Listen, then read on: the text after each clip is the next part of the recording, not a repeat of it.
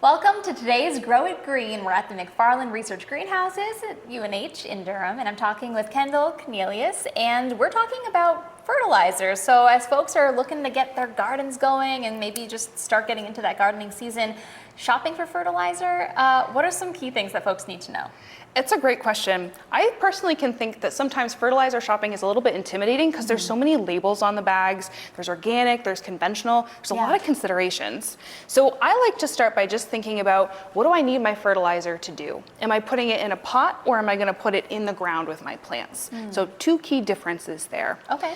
When you think about an organic fertilizer, I tend to think about a single source ingredient. That's going to tell me a lot about what the type of nutrition that particular fertilizer is going to give to my plants. It's also going to tell me a lot about what it's going to do to the soil. Okay.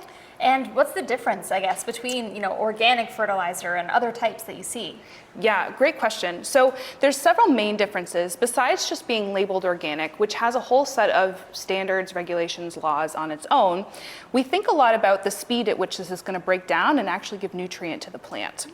These organic fertilizers tend to be, as I said, single source ingredients. So you can see here blood meal or chicken manure specifically.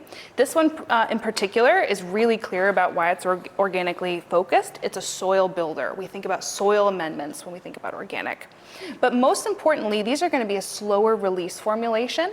And a regular, like a pelleted or a specifically formulated conventional fertilizer tends to be quick release, and it gets that nutrition to the plant in a really speedy manner. Okay, and is there a benefit or a difference with that speedier nutrient, time frame versus the longer duration?